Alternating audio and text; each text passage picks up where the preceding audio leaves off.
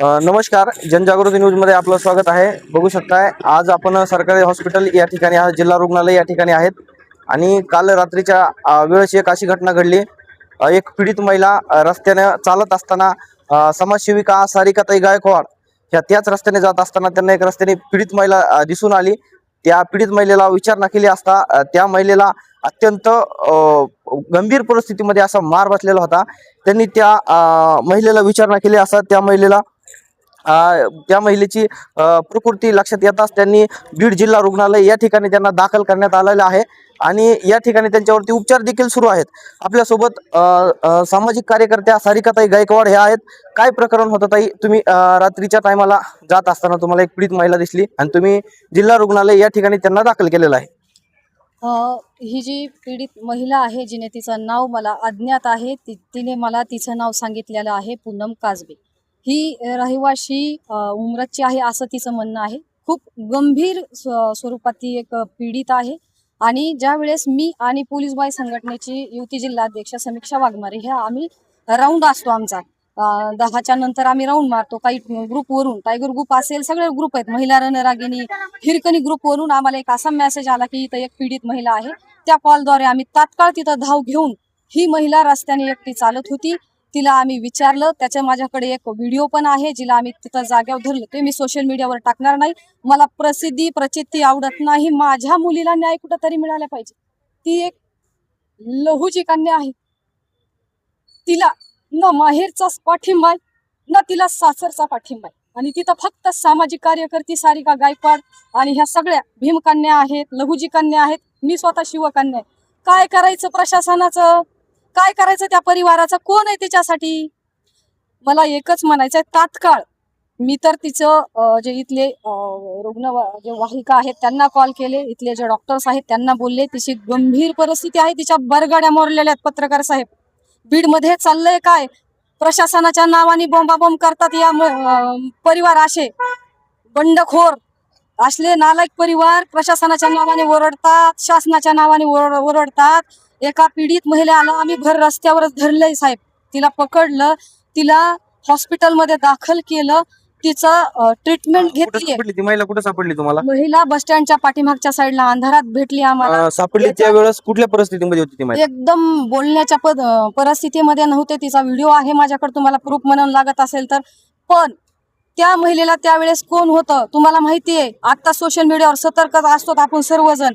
त्या महिलेला रात्रीच्या 12 वाजता जर कुणी एखाद्या, तिच्यासोबत 3 वर्षाचं छोटं बाळ होतं, असं वाईट वाटलं की काय त्या महिलेसोबत काय प्रकरण झालेलं आहे? काय तिला मारहाण झालेली आहे? काय प्रकरण झालेलं त्या महिला? तिने स्वतः तिच्या तोंडाने आम्हाला, ज्यावेळेस आम्ही तिला चौकशी केली, तिला आम्ही कुठल्या संघटनेच्या ह्या पदाच्या ते सांगितलं नाही। तिला म्हणलं, ताई मी तुझ्या बहिणीसारखी आहे, तुला काय झालं, तुझ्यासोबत काय घडलं, तू कुठली इथं कस काय पोहोचली?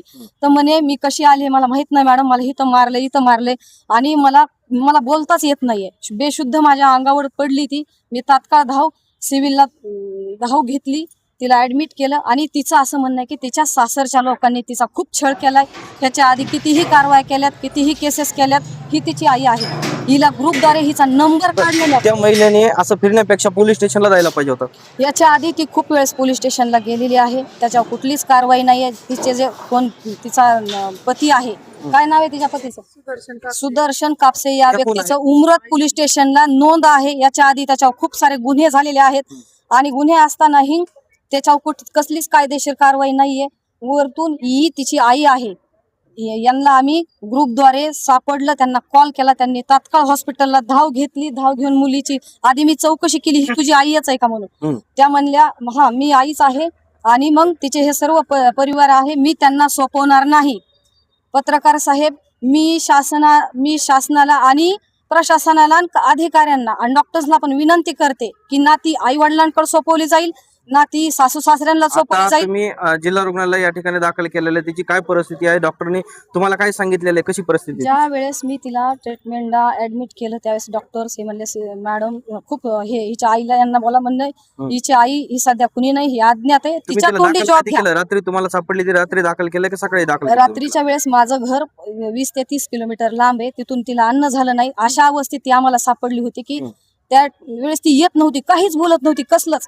तर तिला प्रोत्साहन केलं आम्ही, ज्या आपल्या बीड जिल्ह्याच्या ह्या येतात महिला आयोगाचं जे ऑफिस आहे तिथं आम्ही तात्काळ कॉल केला. ते म्हणल्या सकाळी आता हॉस्पिटलमध्ये घेणार नाहीयेत, कारण हे भांडणाचं वातावरण असेल मॅडम, कायदेशीर होऊ द्या, सिव्हिलला न्या आणि तिच्या आधी तिची आधी प्रकृती ठीक करा, आधी तिला न्याय राहू द्या बाजूला, तिची तब्येत व्यवस्थित तर ती व्यवस्थित, तिचा जॉब महत्वाचा होता, तिने जॉब इथल्या सिव्हिल पोलीस प्रशासनात दिलेला आहे. काय कंप्लेंट केलेली आहे का? कंप्लेंट माझी एकच आहे, तिला तात्काळ लवकरात लवकर सर्व जेवढे डॉक्टर्स आहेत आम्ही सर्वांचे एकच प्रयत्न आहेत की तिला लवकर बरी व्हावा ती, आणि तिला न्याय मिळावा, हीच माझी मागणी आहे प्रशासनाला. आणि कारवाई काय करायची तर प्रशासन आहे. नवनीत कावत साहेबांना माझी विनंती आहे की अशा पीडित महिलांना तुम्ही नक्कीच न्याय देता. देखील जसं केलं तसं त्यांना पण मारायला पाहिजे. तुम्ही कोण आहेत? त्या जी पीडित महिला आहे तिच्या तुम्ही कोण लागतायत? आई मी तिची. बरं, हे सर्व प्रकरण झालं, हे आतापर्यंत तुम्हाला काही लक्षात आलं नाही का? ह्या समाजसेविका आहेत, त्यांनी जेव्हा त्या महिलेला रस्त्यावरून उचलून जिल्हा रुग्णालयामध्ये दाखल केलं, त्याच्यानंतर तुम्हाला फोन जातो, त्याच्यानंतर तुम्हाला माहिती होती की आपल्या मुलीला गंभीर दुखापत झालेली आहे, गंभीर प्रकारे तिला मार लागलेला आहे, नंतर तुमच्या लक्षात येतं तुम्ही जिल्हा रुग्णालयामध्ये दाखल होतात. म्हणजे आतापर्यंत तुम्ही काय करतात? तुमच्या लक्षात आलं नाही का? तुम्हाला तुमच्या मुलीने फोन केला नाही का? फोन म्हणजे ते देतच नाहीत बोलायला, कसलंच बोलायला. तुमची मुलगी आता रस्त्याने असं बाहेर फिरत होती, त्या टायमाला तुम्हाला फोन केला नाही का मुलीने तुमच्या? तिने मला फक्त कालच तेवढा एक फोन केला 5 वर्षाच्या नंतर. तुम्हाला कधी फोन केला? काल किती काल किती वाजता? 3 वाजता फोन केला सर. बरं, तुम्हाला काय तिने काय सांगितलं? काय मला प्रकरण म्हणली झालं? मम्मी मला लय मारले, म्हणली बरं, मी मग? जागणार म्हणून भरोसा नाही माझा. मी म्हणलं मी जर गेले तर मला हे लोक लय मारतील, काय करू मी? तर तिने म्हणजे काहीतरी तिने तुम्हाला ज्या वेळेस फोन केला त्यावेळेस ती तिच्या राहत्या घरी होती का असं रस्त्याने फिरत होती? काय विषय? तिच्या राहत्या घरी होती ती. राहत्या घरी होती. बरं, तिने तुम्हाला फोनद्वारे काय सांगितलं का? मी घराच्या बाहेर निघते, घराच्या नाही, बाहेर मला पडते, तशी काहीच मला जास्त प्रमाणामध्ये मार लागलेला आहे, असं काही तुम्हाला सांगण्यात आलं का? ती म्हणली माझ्या जीवाचं मी वाईट काही पण करणार आहे मी. घराच्या बाहेर पडल्याच्या नंतर तिने तुम्हाला फोन केला का? नाही नाही केला. नाही. तुम्हाला माहिती कशी मिळाली? आपली मुलगी माहिती माझ्या जिल्हा रुग्णालयात दाखल आहे. ह्याच्यावर म्हणजे इंस्टाच्या ह्याच्यावर मला फोन आलता एका मॅडमचा. म्हणले तू कोणत्या मॅडमचा फोन आलता? काय नाव? सारिका मॅडम. सारिका हो मॅडम. हो.